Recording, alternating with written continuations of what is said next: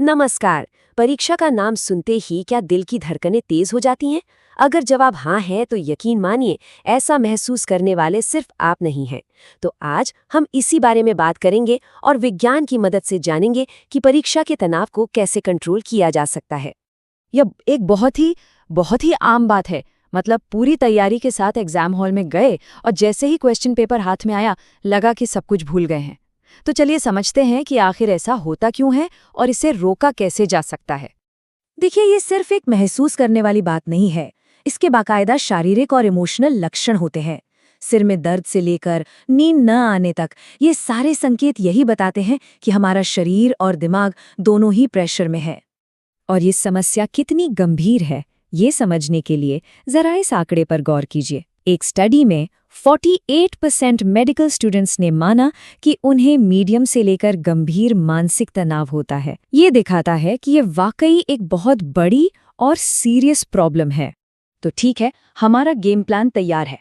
हम पहले इस समस्या की जड़ को समझेंगे और फिर एक एक करके इसके समाधानों पर बात करेंगे, ताकि एग्जाम वाले दिन हम पूरी तरह से तैयार रहें। सबसे पहले ये समझना बहुत ज़रूरी है कि स्ट्रेस कोई पर्सनल फेलियर नहीं है। नहीं, ये एक बायोलॉजिकल रिएक्शन है। जब हम तनाव में होते हैं तो हमारे शरीर में कॉर्टिसोल जैसे हार्मोन रिलीज होते हैं, और यही हार्मोन हमारी फाइट और फ्लाइट वाली प्रतिक्रिया को चालू कर देते हैं।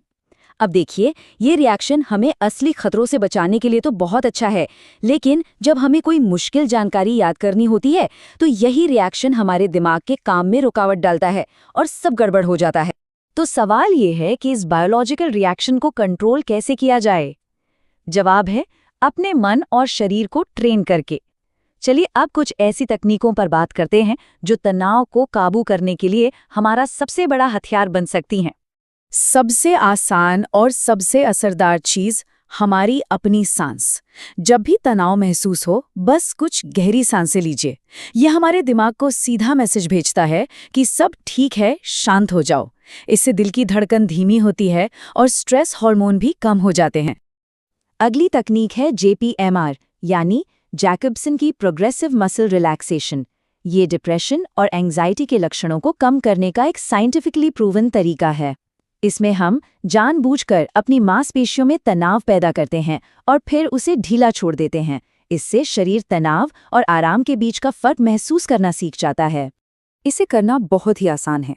जैसे पहले अपने माथे की मसल्स को 5 सेकंड तक सिकोड़ें और अब आराम से ढीला छोड़ दें। यही प्रक्रिया हम शरीर के हर हिस्से के साथ कर सकते हैं। ये ऐसा है जैसे हम शारीरिक रूप से तनाव को अपने अंदर से बाहर निकाल रहे हों। और हाँ, ये सिर्फ कोई कही सुनी बात नहीं है, ये सच में काम करता है। एक स्टडी से पता चला कि जिन मेडिकल स्टूडेंट्स ने 45 दिनों तक इन तकनीकों की प्रैक्टिस की, उनके स्ट्रेस लेवल में काफ़ी कमी आई। मतलब साफ है, लगातार अभ्यास करने से असली नतीजे मिलते हैं।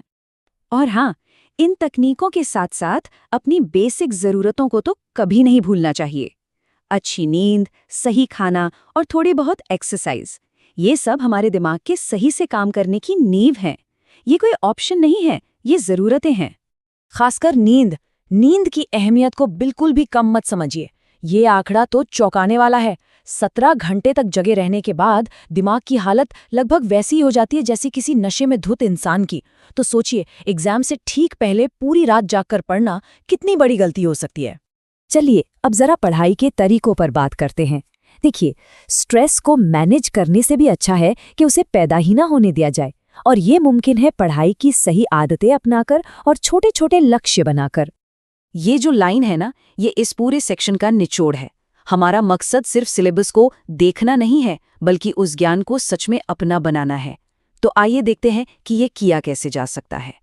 इस स्लाइड को जरा ध्यान से देखिए। एक तरफ है पैसिव रिव्यू, मतलब नोट्स पढ़ना या टेक्स्ट को हाईलाइट करना। इससे हमें सिर्फ जानकारी से जान पहचान होने का एक झूठा एहसास मिलता है। दूसरी तरफ है एक्टिव रिकॉल, जैसे कि किसी कॉन्सेप्ट को खुद को समझाना या प्रैक्टिस क्वेश्चन सॉल्व करना। ये हमारे दिमाग को जानकारी को याद करने के लिए मजबूर करता है, जिससे वो ज्ञान पक्का हो जाता है। और जानकारी को लंबे समय तक याद रखने का वैज्ञानिक तरीका है स्पेस्ड रेपिटेशन। इसका सीधा सा मतलब है कि एक ही चीज को रोज रोज पढ़ने के बजाय उसे बढ़ते हुए समय के गैप पर दोहराया जाए। ये तकनीक हमारी भूलने की आदत को सही समय पर रोकती है, जिससे रट्टा मारने की जरूरत ही खत्म हो जाती है। अच्छा, कई बार ये सवाल आता है कि शुरू कहाँ से करें। इसका जवाब आसान है। पहले बड़ी बड़ी हेडिंग्स और मुख्य आइडिया को याद करें, फिर डिटेल्स में जाएं। खुद से सवाल पूछना, जैसे इसके मेन पॉइंट्स क्या हैं, वो खाली पन्ने के डर को खत्म करने में बहुत मदद करता है। पढ़ाई और तकनीकों के अलावा एक और चीज़ है जिसे हम अक्सर नज़रअंदाज कर देते हैं, लेकिन वो बहुत ज़रूरी है, और वो है सोशल सपोर्ट।